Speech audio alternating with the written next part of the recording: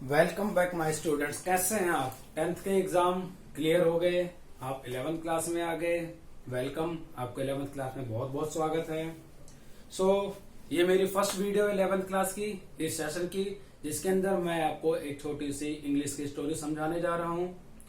Story का नाम है द पोर्ट्रेट ऑफ लेडी।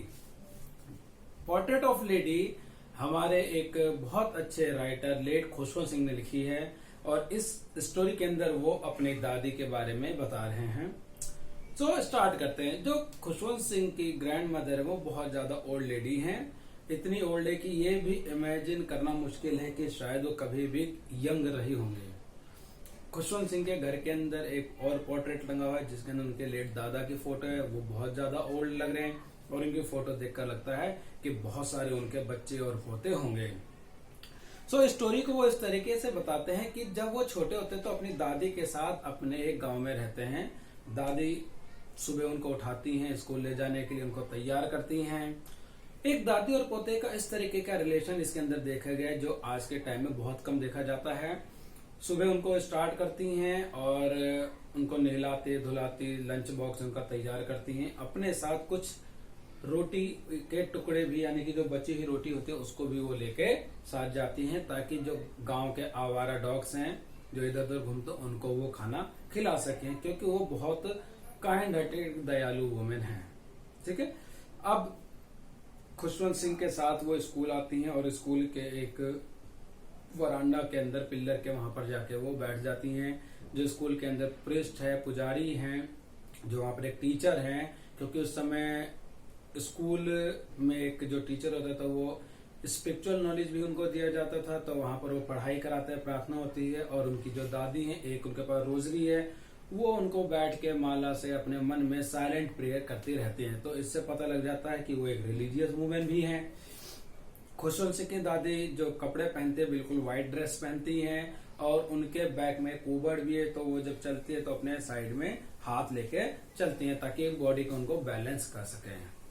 अब धीरे धीरे खुशवंत सिंह बड़े होने लग गए हैं, तो उनके फादर जो पेरेंट्स जो सिटी में रहते हैं, अब वो आए हैं उनको लेने के लिए, और उनके साथ उनकी दादी भी शहर में चली आती हैं। वहां पर वो उनके स्टडी में उतनी हेल्प नहीं कर पाती हैं, क्योंकि शहर के स्कूलों में इंग्लिश मीडियम की पढ़ाई होती है। तो उनके लिए एक स्पेशल रूम दे दिया गया कि वहां पर आप पढ़ाई करो।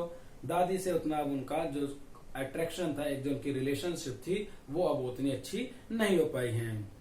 सुबह दादी का जो काम था, दिनचर्या, डेली रूटीन, वो बदल गई है। पहले जाती थी वो कुत्तों को खाना खिलाती थी, अब क्या करती है दादी, जो ग्रिल के पास खड़ी रहती है, कुछ दिन के बाद ब्रेड के छोटे छोटे पीस करके छत पे स्पैरो के लिए वो डालने लग गई।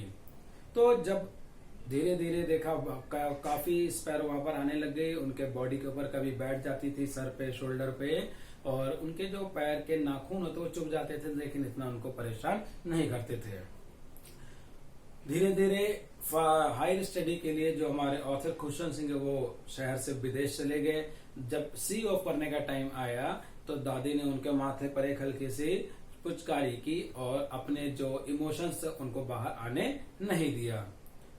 फर्दर स्टडी के बाद जो हमारे राइटर हैं वो अपने शहर वापस आते हैं, और उनकी दादी बड़े खुशी से जो गांव बाकी आसपास की बुजुर्ग लेडीज होती है उनके साथ बैठ के और ढोल कीर्तन कर रही होती हैं। और लास्ट टाइम था जब उन्होंने अपनी दादी को देखा कीर्तन करते समय। अब वो थक जाती हैं और अपने रूम में चली जाती हैं। वहां पर उनको हल्का फीवर रहता है, लेकिन वो अपनी रोजरी से भगवान का नाम ले रही होती हैं।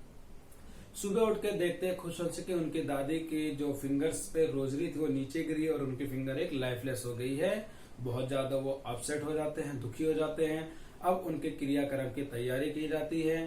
तो जब उनकी बॉडी को कमरे के बाहर बरामदा में रखा गया तो सैकड़ों की संख्या में स्पैरो वहां पर आ गई थी, और खुशवंत सिंह ने बोला अपनी मम्मी से कि इनको दाना डाल दो, तो उनकी मम्मी ने छत के ऊपर ब्रेड डाली और बाहर ब्रेड के टुकड़े डाल दिए ताकि चिड़िया खा ले, लेकिन एक भी चिड़िया ने दाना नहीं खाया।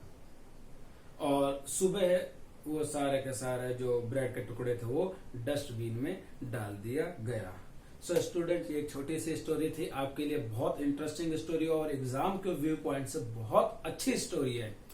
6 नंबर का क्वेश्चन एटलीस्ट नहीं तो 3 नंबर का इससे 100% आते ही आता है। कई बार ऑथर्स की ग्रैंड मदर का करेक्टर स्केच पूछा जाता है, रिलीजियस वूमेन कैसे थे या काइंड हार्टेड वूमेन कैसे थी, या ऑथर और उनकी दादी के बीच में जो 3 रिलेशनशिप के कौन कौन से स्टेप्स थे वो आप बताइए। ठीक है स्टूडेंट्स, तो नेक्स्ट क्लास में मैं आपको एक नेक्स्ट स्टोरी के साथ दोबारा आऊंगा। तब तक के लिए अपना ध्यान रखें। Goodbye students.